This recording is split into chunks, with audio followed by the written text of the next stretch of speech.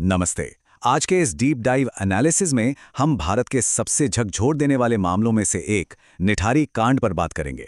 लेकिन देखिए, हम इसे किसी क्राइम थ्रिलर की तरह नहीं, बल्कि एक फोरेंसिक एक्सपर्ट की नज़र से देखेंगे। समझेंगे कि कैसे जांच में हुई छोटी-छोटी गलतियों से लेकर एक पूरी व्यवस्था की नाकामी ने इस केस को उलझा कर रख दिया।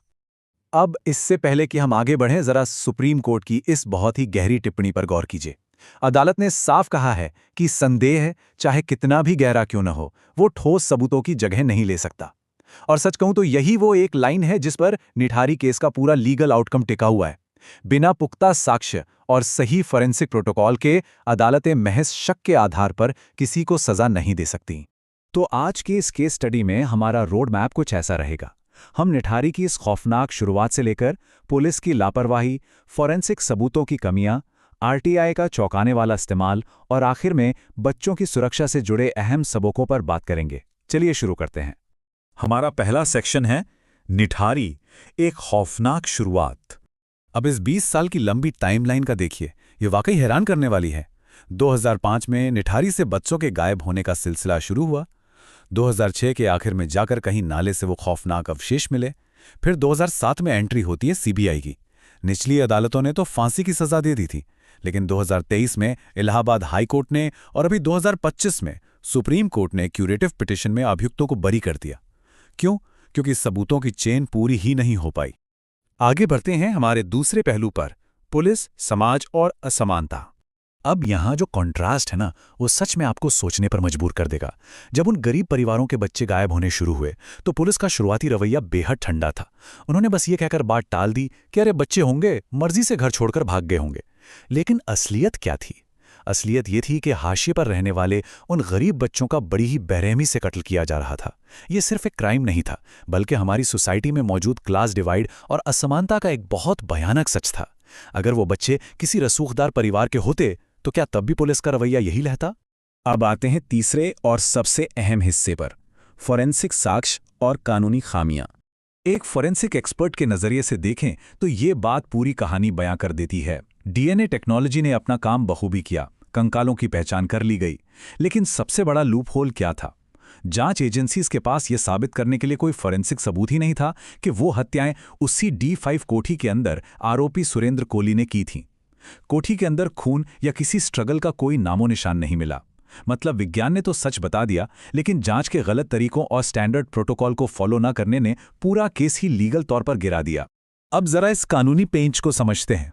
सीआरपीसी की धारा 164, इसके तहत मजिस्ट्रेट के सामने जो भी बयान या कबूलनामा दर्ज होता है वो पूरी तरह से बिना किसी दबाव के होना चाहिए। लेकिन इस केस में आरोपी को करीब 60 दिन पुलिस कस्टडी में रखा गया, कोई लीगल मदद नहीं दी गई, और तो और जब वो मजिस्ट्रेट के सामने बयान दे रहा था तब जांच अधिकारी ठीक कमरे के बाहर खड़ा था। जाहिर है अदालत ने साफ कह दिया कि भाई ये बयान स्वेच्छा से नहीं दिया गया है, और यहीं से प्रोसिक्यूशन की नींव कमजोर पड़ गई। यही हाल साक्ष्य अधिनियम यानी एविडेंस एक्ट की धारा 27 का भी हुआ। पुलिस का दावा था कि अवशेष आरोपी की निशानदेही पर मिले, लेकिन रिकॉर्ड्स क्या कहते हैं? रिकॉर्ड्स बताते हैं कि अवशेष तो एक खुले नाले में मिले थे जहां कोई भी आ जा सकता था। और सबसे बड़ी बात, पुलिस और वहां के लोगों ने खुदाई तो आरोपी के वहां पहुंचने से बहुत पहले ही शुरू कर दी थी। तो फिर यह निशानदेही पर हुई रिकवरी कैसे हुई? अदालत की नज़र में ये एक बहुत बड़ा प्रोसीजरल फेलियर था। चलिए अब बात करते हैं चौथे हिस्से की, आरटीआई का इस्तेमाल और पंचशील सिद्धांत। अब जो मैं आपको बताने जा रहा हूं वो शायद इस पूरे मामले का सबसे चौंकाने वाला पहलू है। जो आरोपी था सुरेंद्र कोली, वो शुरुआत में अनपढ़ था, लेकिन उसने जेल में पढ़ना लिखना सीखा और डांसना जेल से ही 1-2 नहीं बल्कि 1000 से ज्यादा आरटीआई लगा डाली। इन आरटीआई के जवाबों ने ही नाले की सफाई, पुलिस थ्योरी और सीबीआई की रिपोर्ट के बीच के सारे विरोधाभासों की पोल खोलकर रख दी।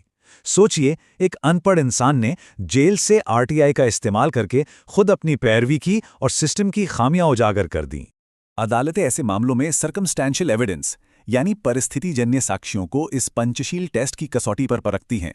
ये 5 कड़े नियम होते हैं और आपको जानकर हैरानी होगी कि प्रोसिक्यूशन लगभग हर एक नियम पर फेल साबित हुआ। सबूतों की चेन कई जगह से टूटी हुई थी। जो हथियार बरामद हुए, जैसे कि चाकू, उस पर इंसानी खून ही नहीं था। और एक बेसिक फॉरेंसिक रूल हमेशा याद रखिए, जब सबूतों की कड़ी टूटती है तो उसका सीधा परिणाम न्याय की विफलता के रूप में सामने आता है। हमारा 5वां सेक्शन है साइकोलॉजिकल प्रोफाइलिंग और अंतिम फैसले। इस पॉइंट पे थोड़ा खास ध्यान दीजिएगा।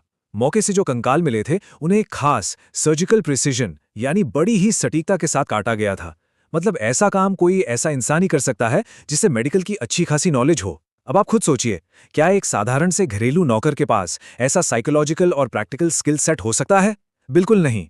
इसीलिए अपराधियों की सही साइकोलॉजिकल प्रोफाइलिंग बहुत जरूरी है, ताकि हम असल मुजरिम की काबिलियत और क्राइम सीन के सबूतों को सही से मैच कर सकें।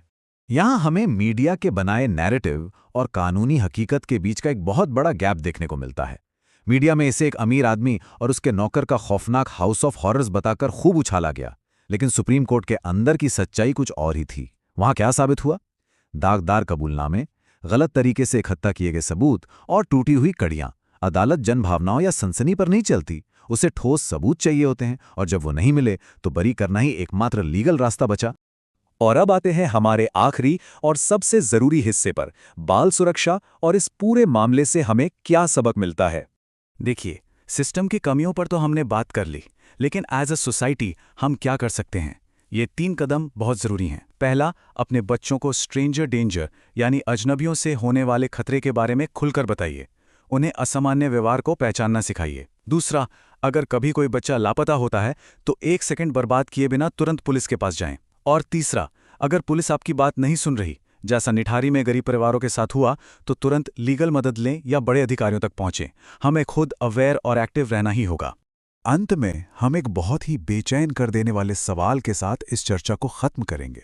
अगर अदालत की नज़रों में वो दोनों आरोपी कानूनी रूप से दोषी नहीं हैं, तो फिर उन मासूम बच्चों की हत्याओं का असली मुजरिम कौन है? ये सवाल हमें बार बार याद दिलाता रहेगा कि जब पुलिस और फॉरेंसिक जांच में लापरवाही होती है तो न्याय कैसे हमेशा के लिए दफन हो जाता है और पीड़ित परिवारों के हाथ खाली रह जाते हैं। उम्मीद है इस केस स्टडी से आपको एक नया पर्सपेक्टिव मिला होगा। सतर्क रहें और अपने आसपास एक सुरक्षित माहौल बनाएं।